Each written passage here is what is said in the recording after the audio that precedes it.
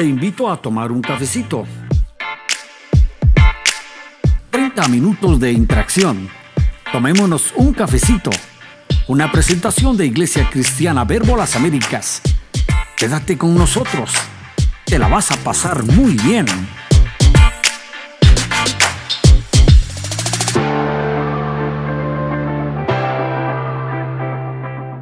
Bienvenidos una vez más al podcast de Iglesia Verbo Las Américas, Tomémonos un cafecito. Sean bienvenidos a esta nueva emisión. En esta oportunidad tengo un invitado muy especial. Me acompaña el matemático profesor Miguel Loarca. Aparte de ser una persona muy inteligente que domina el mundo de los números, de las matemáticas, también es empresario que tiene una empresa de una óptica, si tengo entendido. Bienvenido, teacher Miguel. Pues muchas gracias, ¿verdad?, por la invitación.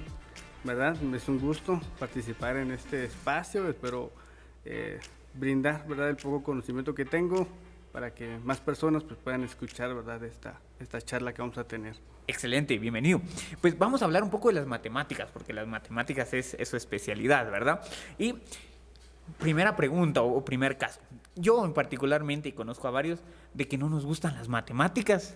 E incluso le voy a contar una anécdota. Yo cuando me gradué de bachillerato, yo iba a estudiar Derecho, por la única razón de que no tenía matemáticas. Era tanto, ni siquiera estaba seleccionando una carrera, sino que estaba seleccionando lo que no quería.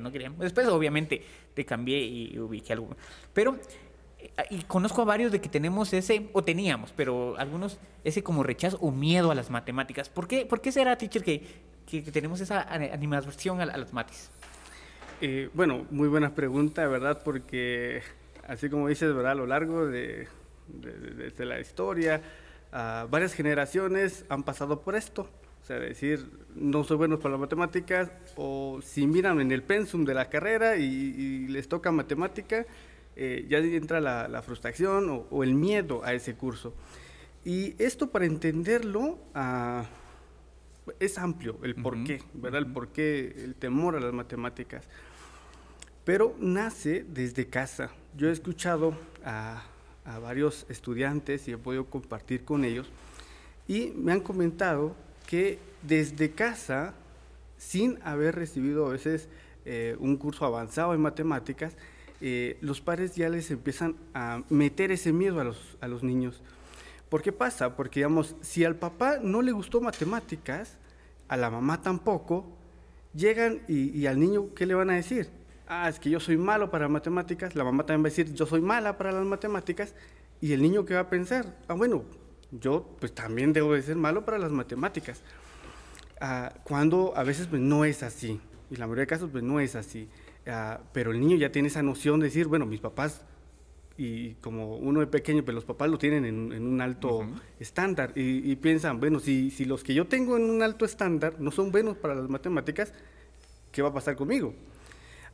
Ese es un caso, algo que puede afectar a la mente de un estudiante cuando se enfrenta a la matemática.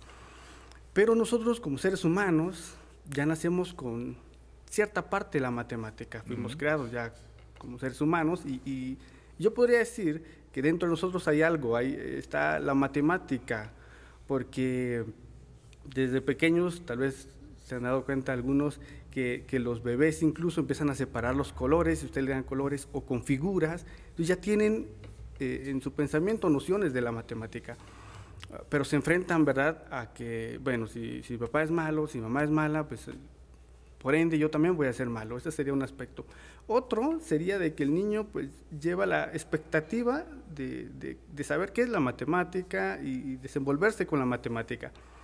Llega al salón de clases y se topa con un maestro, yo diría, no apasionado, y es un gran choque, ¿verdad? Es un gran choque porque desilusionan al niño con esa expectativa que él tal vez tenía con la matemática. Entonces puede ser esos dos aspectos, ¿verdad? De saber, bueno, que el estudiante cuando se tope con un curso diga, bueno, soy fatal, no lo puedo hacer. Y te voy a comentar un experimento que hicieron en Estados Unidos. Una maestra tenía un grupo más de 20 estudiantes y les reparte tarjetitas. Y la intención era que ellos en la tarjetita que tenían venía una palabra y ellos tenían que reordenar las letras para formar otra palabra. Entonces ella empezó a repartir a todos los estudiantes, ¿verdad? Y según todos los estudiantes era la misma palabra para todos, pero ella había hecho un grupito que les iba a tocar unas palabras más difíciles, ¿verdad? Entonces ella decía, bueno, cuando encuentren la palabra, levantan la mano y la mantienen levantada. Entonces a los 10 segundos, a los que les tocó una palabra fácil, levantaron la mano pues, a menos de 10 segundos. Pero a los que les tocó esa palabra difícil, se quedaron como que, ¿qué pasó? El resto sí lo hizo y yo no lo hice, ¿sí? Ella volvió otra vez a decirles, bueno, no tengan pena, vamos a hacerlo otra vez. Les volvió a pasar otro papelito y a los que les había tocado fácil, les volvió a dar otro fácil. Y a los que les había tocado uno difícil, les volvió a dar otro difícil. A los que les tocó fácil, pues ya a los menos de 10 segundos ya habían levantado la mano. Y los otros todavía no habían podido resolver eso. Entonces ella dijo, no se preocupen, vamos a hacerlo otra vez. Algo curioso, cuando ella lo hizo la tercera vez, es que la palabra era la misma para todos, ¿sí? Pero casi todos los que les había tocado fácil, lo resolvieron y levantaron la mano. Y casi todos los que les había tocado difícil, no lo pudieron resolver. ¿Qué es lo que pasa? Que en nuestra mente, si a nosotros nos presentan un problema, y específicamente en matemáticas, y no nos sale a la primera vez, ¿sí? Nos vuelven a poner otro, y no nos sale, nosotros decimos, bueno, no serviré para eso, y es ahí donde está el temor de los estudiantes. ¿Por qué? Porque a lo largo de toda primaria, el niño ya está involucrado con las matemáticas, porque la matemática, pues en cualquier carrera, en primaria, ya lleva matemática, ¿sí? Desde primero hasta sexto. Llega básico y otra vez matemática, siempre está ahí la matemática. Pero si al niño se le pone un problema y no lo puede hacer, se le pone otro y no lo puede hacer, él va a pensar que él no nació para eso, que no es lo suyo, ¿sí? Entonces, tiene varios factores, ¿verdad? El decir, bueno, o ese miedo que les da, ¿verdad?, a los estudiantes, sí. El de las matemáticas. Y tenés razón en eso, porque yo he escuchado varios que dicen, poné atención en matemática porque es difícil. Entonces yo creo que eso va calando. Bueno, es difícil, eso cuesta y entonces es feo. Entonces, y yo creo que eso tiene que ver mucho que ver. Pero también hablabas algo de uno pequeño. A los que les gusta o los que se les facilita la matemática, voy a poner los matemáticos, ¿nacen o se hacen? ¿Qué crees? Yo diría que sí, hay algunos que tienen una capacidad, ¿verdad?, para ser, cuando crezcan, ¿verdad?, desenvolverse en la matemática más amplio. Pero esto es un proceso, ¿verdad? Porque, por ejemplo, un niño, cuando muy nace, no sabe, por ejemplo, hacer operaciones complejas. Por ejemplo, yo le pongo un límite, una integral, no la va a poder resolver. Sino todo es un proceso. La matemática es eso, es como un edificio.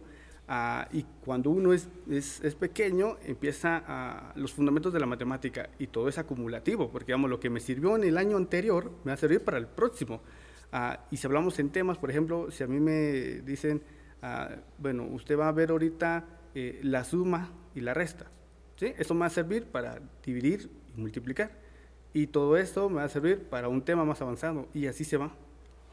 Entonces, yo diría que no es que tal vez uno nazca, ¿verdad?, con esa capacidad de las matemáticas, sino es que uno va adquiriendo ese conocimiento con las matemáticas, ¿verdad? Todo el conocimiento es adquirido, ¿verdad? Eso significa que cualquiera puede aprender matemáticas y cualquiera puede ser bueno en matemáticas. ¿O no cualquiera? Sí, pero va a depender de ciertos factores. Por ejemplo, un niño que en su medio familiar, por ejemplo, a los padres les guste todo lo de la ciencia, ¿sí? Por ejemplo, que sea un gran investigador o docente en matemáticas, le van a ir inculcando a su hijo pues la fantasía o eso, o ir inclinándolo a la ciencia. Entonces él desde pequeño ya va a tener esa curiosidad de ir investigando, de ir aprendiendo, y entonces cuando se tope en los cursos de matemáticas ya le va a parecer agradable, porque tiene el apoyo de sus papás. Por ejemplo, él no sabe hacer un ejercicio, tiene a alguien a la par y decirle, bueno, te voy a explicar entonces él ya va a decir, bueno, sí soy bueno para las matemáticas, porque cuando le presentan un problema, él lo va a poder hacer. Y si hubiese un caso no lo puede hacer, pide ayuda y él dice, bueno, con un poco de ayuda y esfuerzo, pues claro, yo lo puedo realizar. Excelente. O sea, sí se puede, pero hay ciertos elementos que nosotros debemos de tomar en cuenta, como el apoyo, en este caso de los papás. Yo le voy a contar algo, así, no es secreto porque de plano no van a escuchar todos, pero yo cuando estuve en básico y bachillerato siempre perdí matemáticas, siempre la tenía que sacar en retrasada, entonces yo ya llevaba eso, entonces por eso le dije que yo había querido estudiar Derecho, pero que sí, estudié otras cosas, estudié Historia, pero después también decidí estudiar Economía, y bueno, estudiar Economía me tapé con las matemáticas y en la universidad. Y traía yo ese paradigma. Entonces sí busqué ayuda y dije, enséñame, porque yo quiero aprender. Y pues fui de los mejores de mi clase en el curso de matemáticas, cuando antes a mí matemáticas nada, ¿verdad? Pues ya no seguí y ya no seguí practicando. Pero yo veo entonces que sí se puede agarrar dominar las matemáticas. Tener ese dominio, ¿verdad? Sí, te voy a contar de mi vivencia con las matemáticas. Por favor. Hay algunos estudiantes que me dicen, ¿y usted desde pequeño sabía que iba a dedicarse a las matemáticas, a ser profesor de matemáticas? Y no lo sabía desde pequeño, ¿sí? Yo entré a primaria y tuve un maestro espectacular, el profesor, y estricto, ¿verdad? Estricto, y yo tuve como un trauma con las tablas de multiplicar, porque él antes del receso nos preguntaba las tablas, ¿sí? Nos preguntaba las tablas y si le contestábamos bien nos sacaba recreo, si no nos quedábamos encerrados. Entonces ya uno desde pequeño ya tiene ese miedo si le ponen algo así. Por ejemplo, si yo no me aprendí la tabla del 8 o del 7, que a la mayoría le cuesta, y no sé, bueno, me quedaba en la clase. Eso me ayudó, ¿verdad?, bastante en mi proceso de asimilar las matemáticas.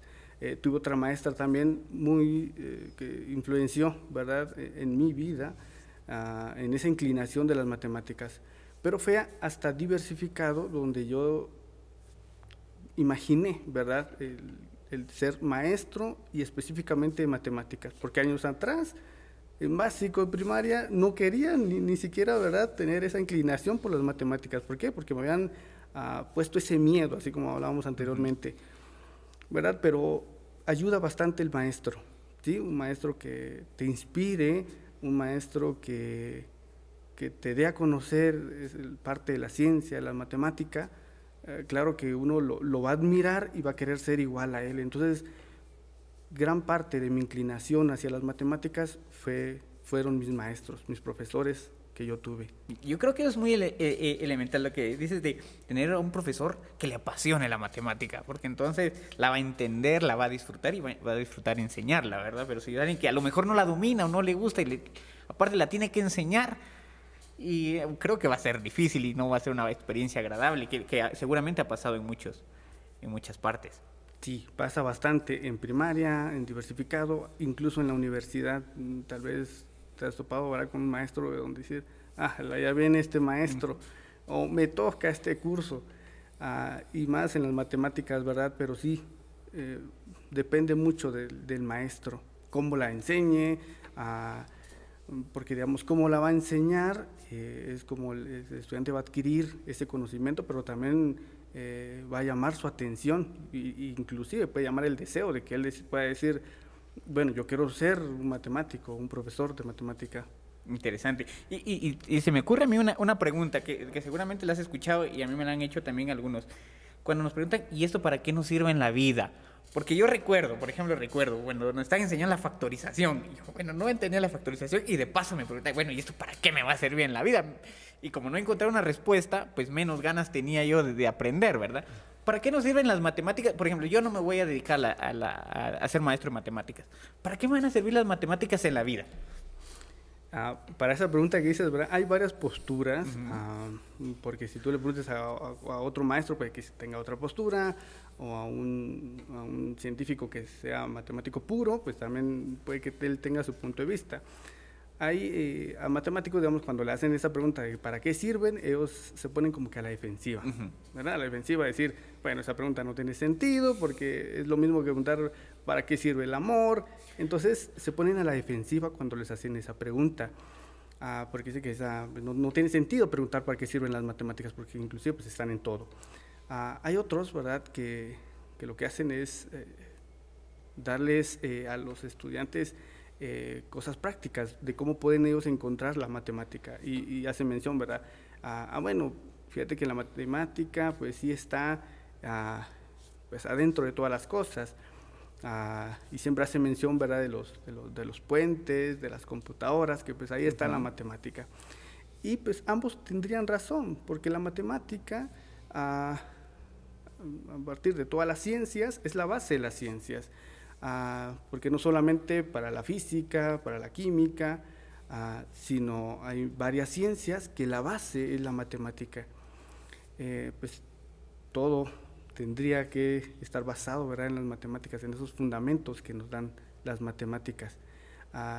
Y esa pregunta, ¿verdad?, a veces uno la hace, o sea, ¿para qué me sirve la matemática? Porque no tiene sentido estudiarla si yo no sé para qué me va a servir.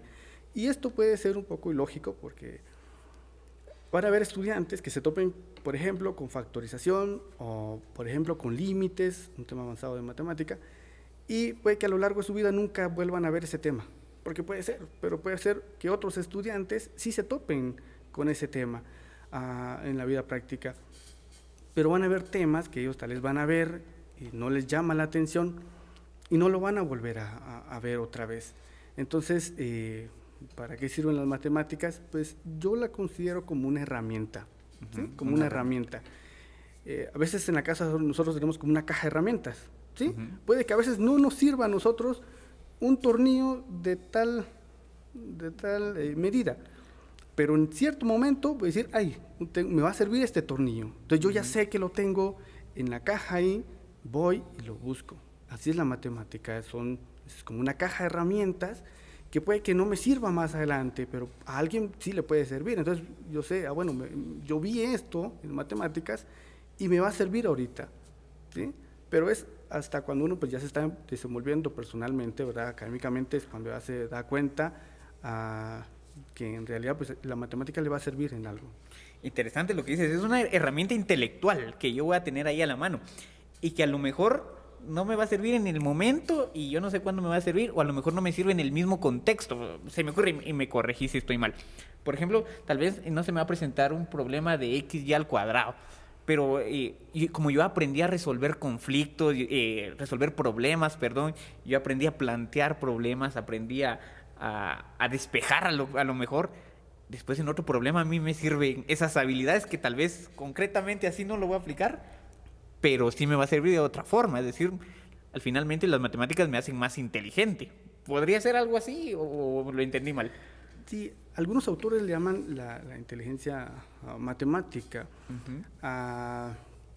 y esto pues conlleva varios aspectos.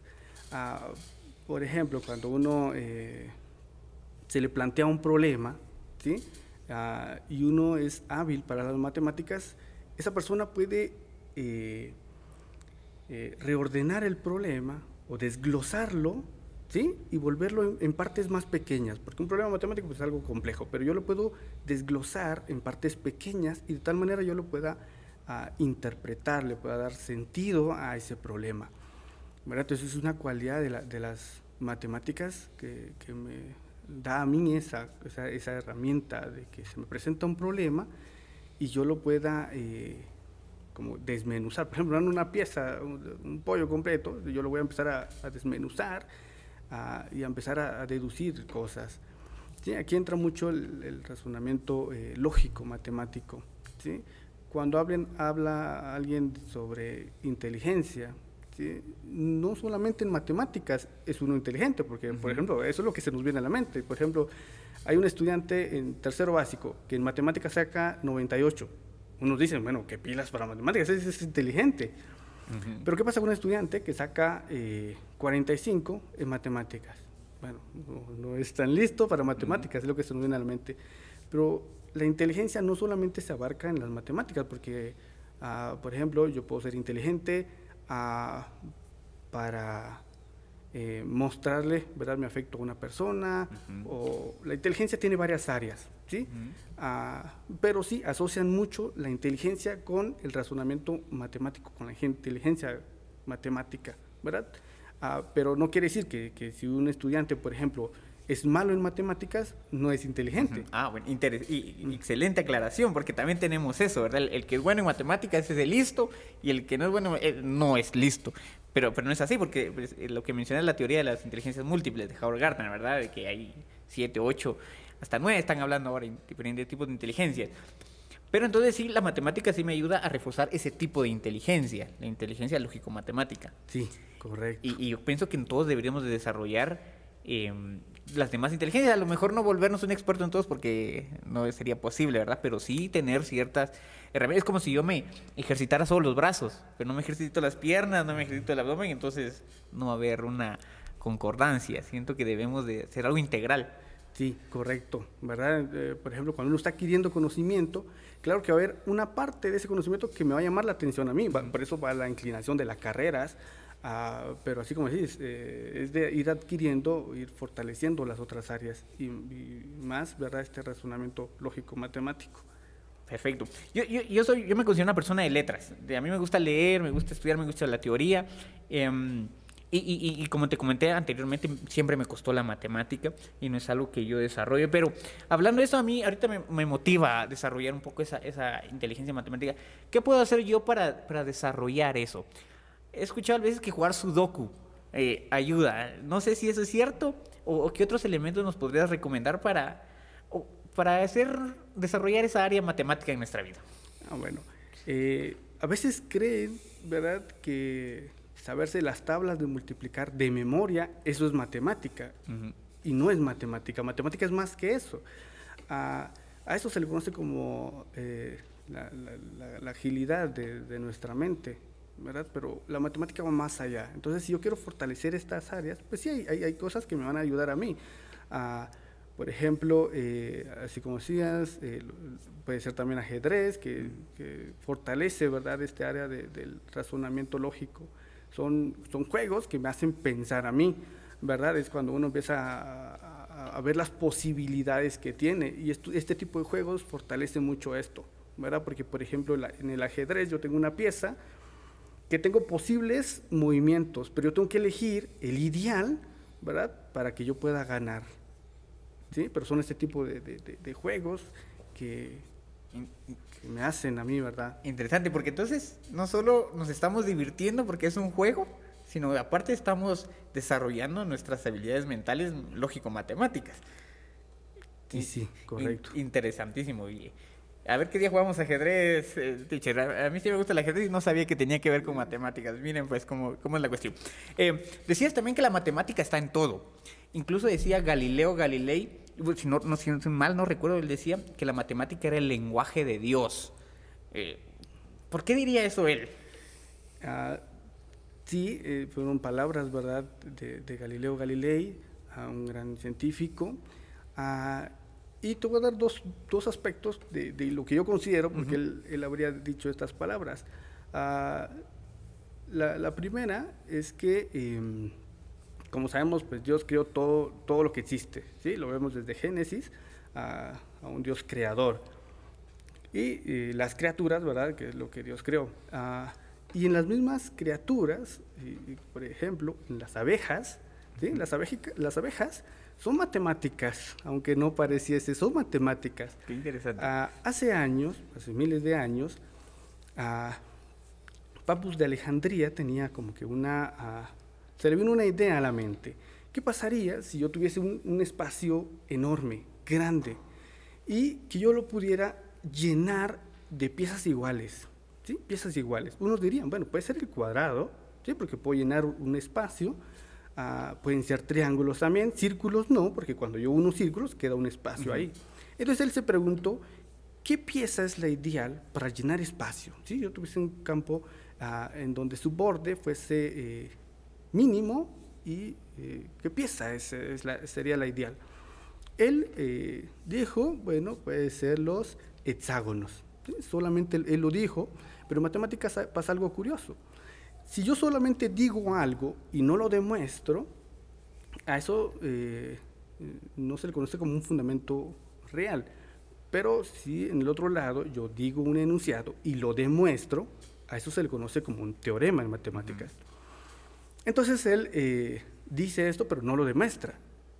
Entonces pasan 1700 años hasta que llega otro gran investigador y demuestra, ¿sí?, que Papus de Alejandría tenía razón, que la mejor figura para llenar un espacio plano era el hexágono. ¿Sí? Entonces ya lo demostró, y esto se le conoce como el teorema del panal.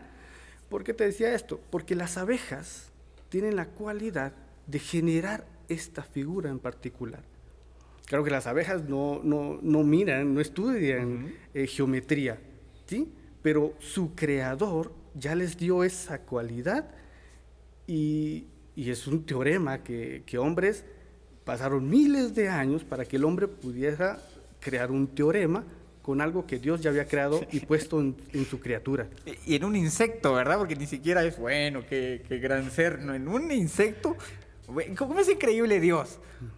¿Cómo demuestra Él su existencia, su sabiduría, su conocimiento, haciendo que las abejas hagan una figura matemáticamente perfecta para llenar un espacio? Y que obviamente si la naturaleza no estuviera ordenada y diseñada, pues no se podría, por la ley del caos y la entropía que tiende al desorden, tiende a la pudrición, no al orden. Y están las matemáticas, están las abejas que matemáticamente hablan el lenguaje de Dios, y me imagino que lo glorifican. Sí. Ahora otro es sobre una relación, ¿sí? Los matemáticos también establecieron una relación entre longitudes. Imagínate, tú tienes un pedazo de cuerda, ¿sí?, tensada. Eso en matemáticas es un segmento de recta, ¿sí?, es una línea. ¿Sí? Es una línea. Ahora, si yo esa línea la quiero partir en dos partes, pero no a la mitad, eso quiere decir que una va a ser más grande y la otra va a ser más pequeña. Entonces, yo puedo hacer relaciones, ¿sí?, con la longitud grande y la longitud pequeña. Y eso va a ser igual al pedazo completo, que serían la suma de los dos pedacitos que yo tengo, con el pedacito más grande. Esta relación me da un número en particular. Hay algunos matemáticos que le llaman el número el número áureo, inclusive hay algunos que le llaman el número de Dios. Este número tiene una cualidad porque la podemos encontrar en la naturaleza misma, ¿sí? Hay un gran investigador que era Fibonacci, que creó una sucesión de números. Una sucesión es, por ejemplo, yo ir enlistando números que van a cumplir cierta condición, ¿sí? Entonces, en esa sucesión de Fibonacci empezamos con el 1, y el siguiente número era 1. Para encontrar el tercer número, sumábamos los anteriores, que 1 y 1 me da 2. Entonces, el tercer número de la sucesión era el 2. Y si yo sumaba los dos anteriores, era 2 y 1, era 3. Y así se iba a esta sucesión. Pasa algo curioso con esta sucesión, porque si yo tomo uno mayor y uno menor, ¿sí?, y los divido, voy a llegar al número áureo. Y nos vamos a dar cuenta que este número se encuentra en la naturaleza, ¿sí? En nuestro cuerpo se encuentra esta relación, y en las plantas también. Tal vez te has dado cuenta que los pétalos se dan con ciertos números. ¿Sí? Por eso cuando uno dice, bueno, encontré un trébol de 4, es cosa rara. ¿Por qué? Porque según la sucesión de Fibonacci, el 4 no forma parte de esa sucesión. Entonces nos damos cuenta de que algo que Dios creó, el ser humano, tuvieron que pasar miles de años para darse cuenta de que hay una relación en la creación de Dios. Y yo considero que la palabra de Galileo va englobado en ese sentido. Excelente, buenísimo. Ahorita la cabeza me está explotando con todo lo que estás diciendo, y cómo todo la matemática está metido en todo, y cómo Dios se ha manifestado a través de las matemáticas. Pero también escuché una postura donde dice que la matemática es una invención del hombre, y otros que dicen que no, que la matemática es un descubrimiento del hombre. ¿Qué implicaciones tiene eso? ¿Es un descubrimiento o es una invención? Sí, aquí también hay dos posturas, ¿verdad? de los matemáticos, pero si nos basamos en la palabra de Dios, yo diría que es un descubrimiento que hizo el humano, ¿sí? No lo creó el humano, sino que un descubrimiento, porque en la misma naturaleza hay principios matemáticos y las encontramos ya en la naturaleza, en algo que ya fue creado por Dios mismo. Entonces no es algo que yo haya creado, ¿verdad? Y cuando alguien inventa algo, la materia prima es la creación de Dios. ¿Sí? Por ejemplo, una máquina, toda la materia prima que él utilizó para llegar a cierta cosa es creado por Dios. Entonces yo diría que el ser humano no creó la matemática, sino la descubrió. Sí, porque científicamente la materia no puede ser creada ni destruida. Entonces, la materia no puede crearse a sí misma, ni puede salir de la nada. Eso sería magia. Entonces necesitamos un creador. Y no solo creó la materia, sino que la ordenó y la diseñó así matemáticamente. Y están los científicos que lo han hecho. Los científicos glorifican a Dios con su trabajo, entonces. Sí, hay un principio que se conoce como la conservación de la energía, ¿sí? que nos dice que la materia no se crea ni se destruye, solo se transforma, ¿verdad? Es un principio que lo podemos ver en el área científica. Y claro, como tú decías, ¿verdad? Va a glorificar a Dios, porque las matemáticas puede estar en el arte, inclusive en la música. Tal vez muchos han escuchado de la famosa pintura de la Mona Lisa. ¿Sí? La Mona Lisa, si nosotros vemos la parte matemática en esa figura, nos damos cuenta que la mujer que aparece ahí, uno va a decir, bueno, no es tan hermosa que digamos, ¿sí? Sí. Pero es agradable a la vista. ¿Por qué? Porque las medidas en las que fue elaborada es agradable al ojo, ¿verdad? Entonces, claro que si alguien la mira, ¿verdad? O por ejemplo el arte abstracto, uno puede decir, bueno, el arte abstracto, ¿quién la va a estar comprendiendo? Por ejemplo, un fondo negro con un cuadro blanco, ¿verdad? Es muy diferente al tipo de arte, ¿verdad? Que muchos se inclinan, pero entender este arte abstracto, ¿verdad? Y a ese patrón que nos damos cuenta que de figuras que aparecen ya en la naturaleza, ¿verdad? Entonces todo va a estar como que glorificando a Dios. Interesante lo que dices, porque no recuerdo cómo se llama la pintura, es de una ola, creo que es un pintor japonés, donde utiliza fractales. Entonces hay una ola y en las puntitas de las olas hay otras olitas y hay otras olitas, y esos fractales también se ven en la naturaleza. Sí. Y es otro orden que hay ahí que no pudo haberse creado solo. Sí. Me gusta el tema, porque entonces me estás diciendo que las matemáticas nos ayudan a fortalecer parte de nuestra inteligencia, que las encontramos en todas partes, las encontramos en la naturaleza, que las matemáticas glorifican a Dios, pero que también están en el arte, y el arte aparentemente es algo muy, muy subjetivo, pero es bello y es estético, y como tú dices, es agradable a la vista. A lo mejor no me gusta la Mona Lisa, pero la pintura es agradable a la música. Pero también la vista, pero mencionabas la música también. ¿Cómo encontramos la matemática en la música? En las partituras, ¿verdad? Hay ciertos compases que van a regir como que cierto, bueno, ahí están por compases. Entonces, crear una armonía que sea agradable, ¿verdad?, para los oídos. Si nosotros nos profundizamos, nos vamos a dar cuenta de que yo puedo encontrar las matemáticas inclusive en la música, ¿sí? Entonces, esta gran investigación también se ha hecho varios años atrás, ¿verdad? Y se han dado cuenta de que grandes obras de músicos famosos, en el fondo de esa música están las matemáticas, ¿verdad? Están las matemáticas ahí. Excelente. Entonces, sí, en conclusión, las matemáticas están en todos lados. Y yo no puedo o no debo de tener tomar una postura y decir, no me interesan las matemáticas, o voy a rechazar las matemáticas, porque están en todas partes. No puedo huir de las matemáticas, por ejemplo.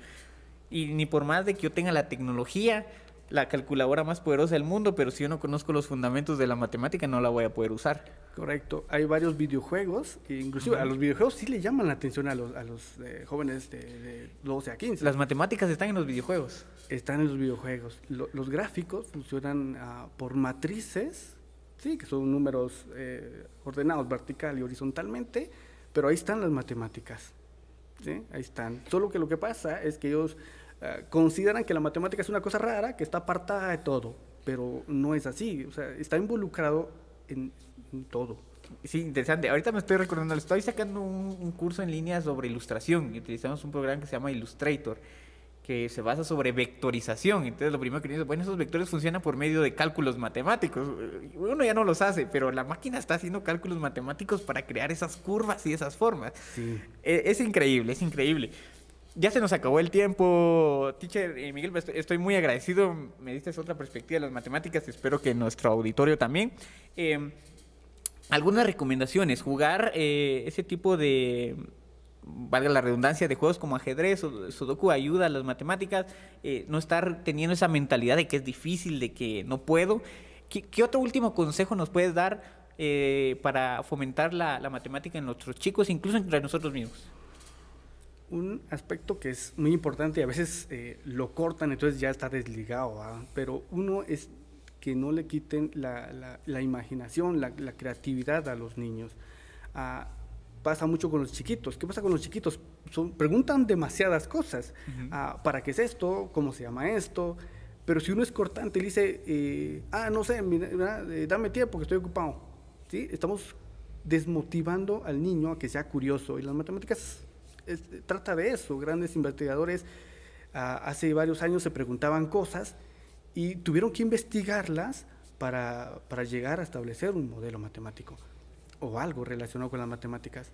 Pero ¿qué pasa si nosotros le cortamos las alas a los futuros matemáticos, a los futuros científicos? ¿Qué va a pasar? Que nos vamos a quedar sin científicos, ¿verdad? Porque un científico lo que tiene es imaginación y le gusta indagar. Interesante. Ya lo había mencionado en otro programa anterior, pero me sale a colación. Decía Albert Einstein que la imaginación era más importante que la inteligencia. Y creo que va acorde a lo que estás diciendo, porque la imaginación precede a la matemática. Sí, la intuición es esta parte de la matemática, es la intuición. Porque alguien tal vez, si les dice, por ejemplo, de esas hojas que normalmente nosotros utilizamos para imprimir, si tuviésemos una hoja enorme y tuviésemos el espacio para hacerlo, pudiésemos doblar 50 veces esa hoja. Uno dice, bueno, ¿cómo sería esa hoja ya doblada 50 veces? Unos dirían, bueno, es la altura de una puerta o un edificio de 5 metros. Entonces, nuestra intuición nos lleva a cosas pequeñas, pero nos damos cuenta que inclusive si yo puedo doblar esa hoja, puedo alcanzar la distancia de la Tierra al Sol. ¡Qué interesante! Y las matemáticas me lo demuestran, porque yo lo puedo demostrar. Claro, increíble, increíble, profesor. Muchas gracias. Para los que estén interesados, el profesor da clases particulares, da clases de reforzamiento. Vamos a dejarle su contacto ahí en la descripción para si lo quieren localizar. Me imagino que está a las órdenes, ¿verdad? Claro. Así que te damos muchas gracias por tu tiempo, y también a nuestro auditorio, a los que nos escucharon por Spotify, los que nos vieron por YouTube. Estamos agradecidos por su atención. Si les gustó el programa, por favor comente, dele like, comparta, que estamos aquí para servirles. Nos vemos a la próxima.